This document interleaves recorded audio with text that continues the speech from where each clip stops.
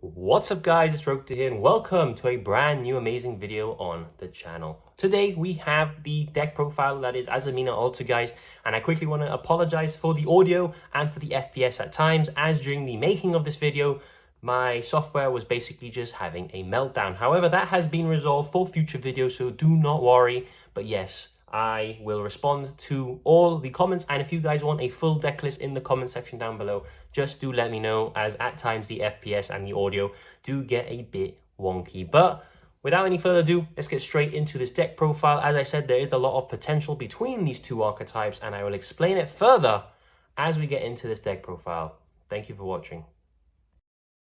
So starting off with the deck profile, we have triple of the Altergeist Marionetta. Now, this is a really good card for the deck and allows for some incredible 2-card combos, which there will be a combo video showcasing this exact deck coming out very soon, perhaps next week, or if not the week after, definitely.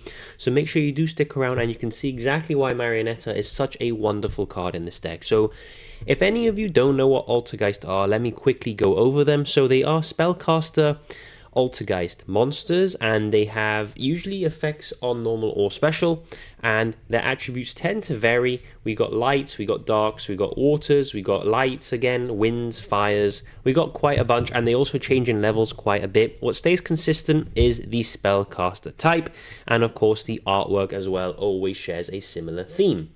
Now we have triple of the Marionetta, which on normal summon is going to basically set a Altergeist trap directly from the deck, which is absolutely fantastic. Their trap cards are extremely powerful. You can target one Altergeist card you control and one Altergeist monster in your graveyard. You send that card on the field to the graveyard and special summon that other monster from your graveyard. It does count itself. However, as you'll be seeing in the combo video, there are ways you can abuse this to be able to get 2 Altergeist monsters onto the field, and then you can just start your link line from there. For what used to be known as the main boss monster of Altergeist, I still think it's good. I just think now the deck has evolved into more of a combo variant. So we have the Faker, again spellcaster, this time's dark, and if you activate a trap card, you can special summon this card from your hand. If this card is special summoned, you can special summon one Altergeist monster from your deck in defense. However, you are locked into Altergeist for the rest of the turn, which sometimes isn't great considering the supporting packages that we are playing, which you will see very shortly. But still very good card. Faker and Imperm something to negate, get the Faker out, and you also get a bounce is absolutely incredible, and I still played at 3 for that exact reason, because that interaction is really good. Evenly matched as well, evenly match the field and then chain Faker and res, still really good. Triple of the Altergeist Pukari, because this card basically allows us with the one body on the field, either be it a Marionetta or a Meloseek that you shall see later, allows us to basically start our link plays. It basically in hand acts as a link material for an Altergeist monster. So it's like if we had 2 bodies on the field except one comes from hand. And also we have the once per duel effect, that if a link monster is summoned while this card is in the graveyard, you can add this card back to your hand, which is very crucial for chain blocking your Altergeist effects. And yes, if you link into a Hexia, even though this card was sent there for that link summon, it does count it being able to add itself back to the hand, just how it works. We also have triple of the Altergeist Meluseek. Maybe thinking that's a lot of 3-offs to be playing. We do play a lot of Altergeist Engine. It does serve us very well for different combos. Meluseek is sort of the inspiration, I guess, behind blending these 2 engines together, because it can attack directly, and when it inflicts battle damage, is able to target one card that your opponent controls and send it to the grave. So we got a non-destructive send, which is really nice. However, if this card is sent from the field to the graveyard, you can add a Altergeist monster from your deck to your hand. No, it doesn't say for a link summon, it just as soon as it's sent to the graveyard, meaning it pairs very well with our Azamina cards. It's also a level 1, which allows us to either special it out the deck with 1-for-1, or also make Anima, and relinquished Anima is just an extra way you can punish your opponent if they don't respect the zones. For one-offs, we have 1 Altergeist Malwisp, 1 Altergeist Sequoites, and 1 Altergeist Peritrator, I believe is how you say name, Peritrator, something like that. So let me quickly go over what these Altergeist cards do. Malwisp is basically what turns this entire deck from a control deck into a combo deck. It is arguably the most important Altergeist card in the entire deck. You may be thinking, why are you playing one? Because you never want to draw this card. You always want to add it from deck to hand, because if you add it from deck to hand, it is a popular. It's able to just special summon itself and then special summon a Altergeist monster from your graveyard in defense, and it doesn't lock you into Altergeist doing that, by the way. It just negates the summoned monster's effects. And it's a tuner as well, in case you guys want to experiment with some synchro plays. We have the Silk, which is the main target of our multi-faker. You summon this card, and then that gives you the ability to just, on a quick effect, return an Altergeist card you control, target one card your opponent controls, return it to the hand. So you get a compulsory evacuation device every single turn. Also, if it is sent from the field to the graveyard, it's able to add back an Altergeist trap from the grave. A lot of people don't know that it actually does that. And for the Link 1, well, not Link 1, Level 1 Fire, this is why we were playing the Bellstar cards in the first place, because with the original Sinful Spoils, we could actually summon this out the deck and get 2 bodies that way. However, obviously, original Sinful Spoils has been banned. However, we have found a way to still cook with this deck. What does this card do again? It can attack directly, and when it does, you can draw 1 card as soon as battle damage is inflicted. If this card is sent from the field to the graveyard, you can send the Altergeist card from your hand, deck, or face-up field to the grave. This is very important as we play an Altergeist trap in particular that gives us an extra normal summon just by banishing it from the grave. So that is why we are playing this level 1. For the traps, 1 Altergeist Manifestation, 1 Altergeist Protocol, 1 Altergeist Revitalization, and the 1 Altergeist Haunted Rock. I don't play personal spoofing.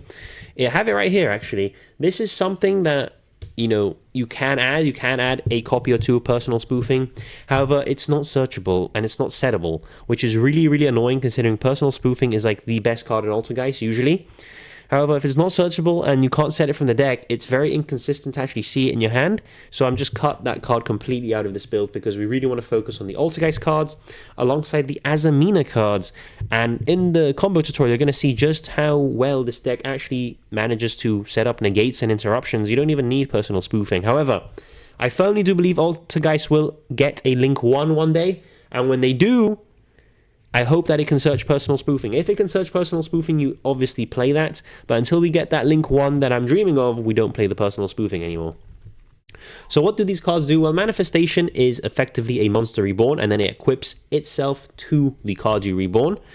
Fun fact, if you activate Manifestation and then chain a Silk that's already on the field, you can bounce the Manifestation, summon the monster, and it will never get equipped, meaning that that monster is basically safe from the effect that if this card leaves the field, so does that monster, because it's no longer equipped, which is pretty cool.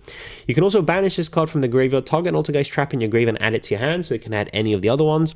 Protocol is our best one. It's usually the one that we're going to be getting first.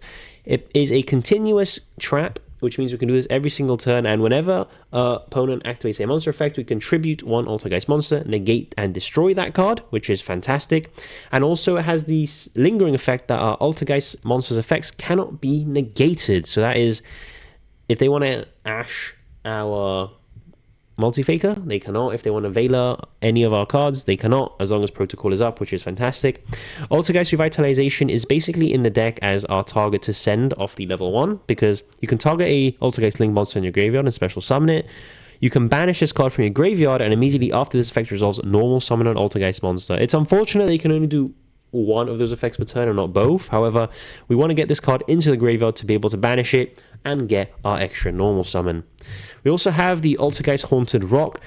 We only play this card because it allows our Marionetta to be a 1.5 card combo.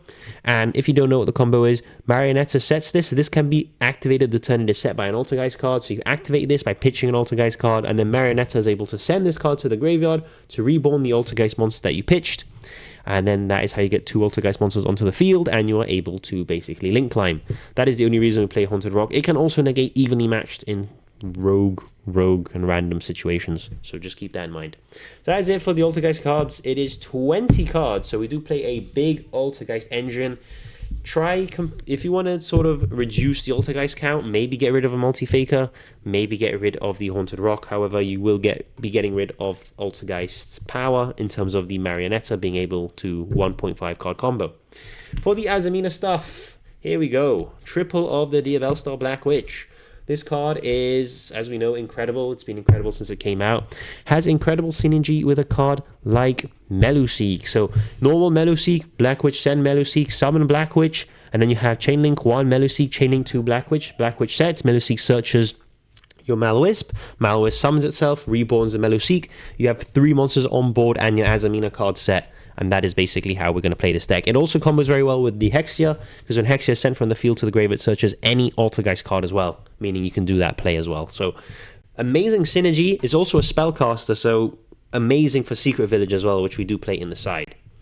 Triple, obviously, of the Wanted Seeker of the Sinful Spoils. This is how we just grab the Belstar, basically from the deck or graveyard to the hand every single time, usually during the draw phase to play around the Drone and Lockbird. And it also gives us a draw. This card is absolutely incredible. For the Azamina cards, 1 Deception of the Sinful Spoils with the 1 Hallowed Azamina. I really hope that they rarity bump this card soon. So I only play 1 Deception because this is what our main set off of our witches, so we don't need to be playing 3, because if we open this card, it makes witch kind of irrelevant. And what does it do? It tributes 1 monster from your hand or field, and you add an Azamina card from your deck to your hand, which is always the Hallowed Azamina. This will again trigger the Meluseek and trigger the Hexia, which is why we play it. It's a very good synergy. And it also has a couple other effects that if a monster is sent to your opponent's graveyard while you have an Azamina monster, so if they hand trap you at any point while you have the Azamina fusions, you burn your opponent for 1500 life points and you gain 1500, which is pretty cool. It also has the effect that during the end phase, if it was sent to the graveyard to activate a spell and trap, you can reset itself, which is fantastic. The Hallowed Azamina is how the Azamina engine works. You reveal an Azamina fusion monster in your extra deck, and for every 4 levels, and you round down, you send 1 Sinful Spoils card from your hand and or field to the graveyard. If face down, you have to reveal it, and then you basically fusion summon. So what does that mean? Reveal a level 6, and you send 1 Sinful Spoils card, because remember, you round down, so it's not 1.5 cards, it's just 1. And you fusion summon, which is fantastic. Also, if this card is in the graveyard, you can target an Azamina monster you control or in your graveyard, shuffle it into the deck, and if you do, add this card back to your hand, which is phenomenal. Allows us to get through both our fusion summons in the 1 turn. Incredible card. And to round off the spells, the 1 copy of 1 for 1, allowing us to change any of our hand traps or unwanted Altergeists into a body on board in either the Pariator or the Meluseek, which is fantastic. So that is it for the Azamina and the 1 for 1. Let's now get on into the hand traps. We play triple of Nibiru, the Primal Being, because this card just says no to a lot of decks at the moment. It's really, really good against Malice as well, so we're playing it for that reason. We have triple of the Ash Blossom, triple of the Mourner. This should be Fuwalos, I just don't have any copies, but this will be the Fuwalos instead. And if you don't have Fuwalos, you can play Mourner, Bell, Ogre. I'm playing Mourner because it hits Duo Drive, which is pretty crucial because you don't want that card resolving. And of course, as I've mentioned, the Infinite Impermanence, which is probably the best hand trap in a deck like this, especially if you open it with the Multi-Faker. So that is the main deck, that is 40 cards. Let's now get on quickly into the extra deck.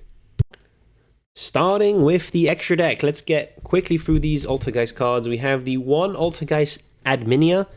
Card's actually really good. On Link Summon, being able to just set a Altergeist trap directly from the deck, and on a quick effect, being able to snatch steal an opponent's monster forever by tributing by sending 1 card you control to the graveyard. And it treats it as an Altergeist, which is actually pretty crucial in terms of if you summon it into a zone Hexia points to, you can Hexia negate with it, you can also Protocol negate with it, you can also bounce it with Silk as well. So it's actually pretty crucial that it counts it as an Altergeist and you just control it forever. We have the 1 Altergeist Memory Grant. This is specifically in here for OTKs. This card is an OTK machine. If you make this card, you're pretty much going to OTK that turn. What does it do? Well, during the battle phase, you tribute 1 other monster. This card gains attack equal to the tributed monster's attack on the field. When this card destroys a monster by battle, you can destroy 1 monster your opponent controls, and if you do, this card can make a second attack in a row. If this card will be destroyed, you can banish 1 monster from your graveyard instead. So you attack with something, and then you tribute it off with Memory Grant, you attack over something, pop a card, attack again, and it's going to be at like 5k alone because it tributed something huge. And it basically gives you a bunch of pressure, which is why I like the Memory Grant as an option. And no one ever knows what this card does. They don't even know where it's from, and it's from the Brawl set, if you guys want to know. We have the 1 Altergeist Prime Banshee. We use this in the Altergeist combo. it allows us to basically just get Faker out the deck turn 1 and trigger its effect, so very crucial. Also, if it's sent to the grave, you can add a card back from the graveyard to your hand. You can add back your Malwisp, and that will actually trigger the Malwisp. It doesn't have to be only add from deck, also adds from the graveyard count too. So trigger the Malwisp, special, another card from the grave. Card is incredible. And for the non-once per turn negates, we have the double Altergeist Hexia. This card is not once per turn, which is how we abuse this deck. And this deck has a great time against spell and trap decks because we can just continuously put Altergeist monsters into the arrows it points to, make Hexia gain attack, and if need be, we contribute the Altergeist monsters and negate the activation and destroy multiple spells and traps, which is fantastic. Also, if this card is sent from the field to the graveyard, you can add a Altergeist card from your deck to your hand. Not only is it good in link climbing, because it will be naturally sent from the field to the graveyard, it also works very well with our Diabellstar or our Azamina engine.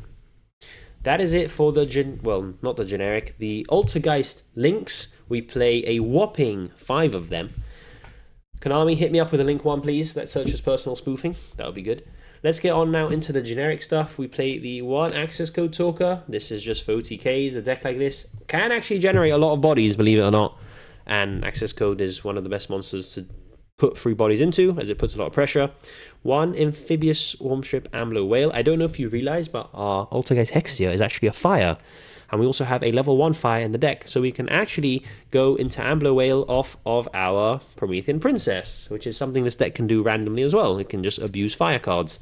And Promethean Princess is just one hell of a card, because you can pop the Ambler Whale, special the Promethean Princess from the grave, and then special your Hexia back as well. And providing the Hexia is pointing to something, you're going to get a negate, and if they do out the Hexia, you're going to get another search as well. So really cool synergy you have there with the Promethean Princess.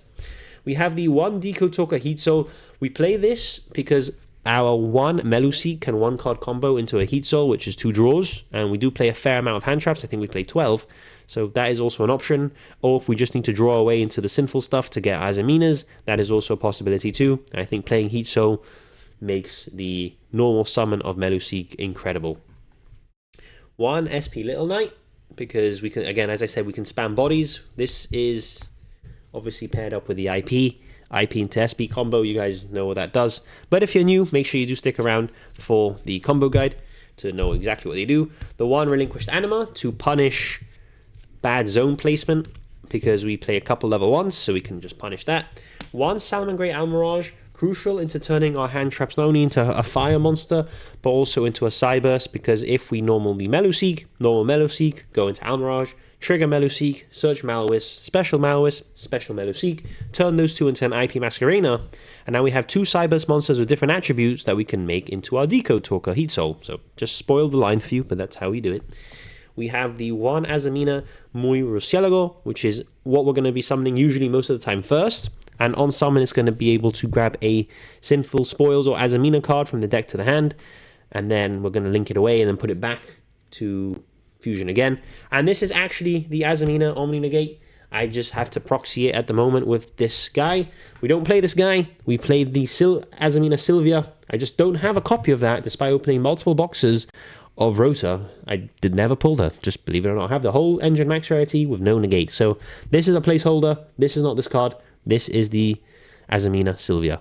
So that is the end of this deck profile. I hope you guys did enjoy my take on Altergeist. I think this deck is very, not, I was going to say under the radar, because people know what Altergeist is. Very misunderstood, I think is the better word, in terms of what this deck can actually do this format. It's actually kind of scary how well the Azamina cards work with your Altergeist cards. So if you're able to cram in a meta engine like Azamina into a deck like Altergeist, which is naturally controlly and good, I think that is a way forward.